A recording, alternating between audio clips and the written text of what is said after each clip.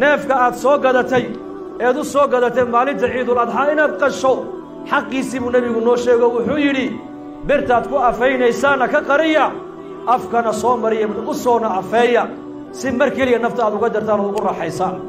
waa neefkii la gowracayay baa lagu leeyahay qaabkaad u gowracaysaan xaqiisa mariya oo birtana u soo afeeya si mar keliya qudha aad uga jartaan haddaad laba neef gowracaysaanna waxaa sunno ah labadaa neef iyagoos arkaya in la qala maaha kan la gowracayo waa in meelka kale uusan ka arkaynin waa in lagu soo qalaa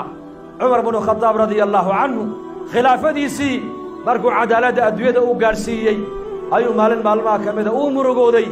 markaa baa lagu yidhi yaa amiira almu'miniin murug baa kaa muuqatay maxaa kaa maqan ood ka murugoonaysaa noo sheeg waxaan la murugoonayaan idiin sheegi buu yidhi daabadda faraska ciraaq agteeda socda faraska ciraaq socda hadduu dariiqa uu marayo dhagax uu ku jiro turoodo maalinka qiyaamaha anigaa la weyddiin doonaa oo laygu odhan doonaa maxaad ugu hagaajin weyda dariiqa saxaabada rasuulku xaqii ilaahayna way ilaaliyeen xuquuqdii bani aadamkana way ilaaliyeen xaqii xayawaanka kula nool dhulkoogana way ilaaliyeen leanna noloshii adduunyadu markaa janna u noqotay janno qofkii jecel barashada qur'aanka kariimka adigoo jooga gurigaaga iyo goobtaada shaqo addacwa qur'aan online ayaa ku diyaara haddaba nagala soo xiriir ciwaanadeenna facebookgeena dugsiga qur'aanka addacwa iyo instagramkeena gaarsiiyo official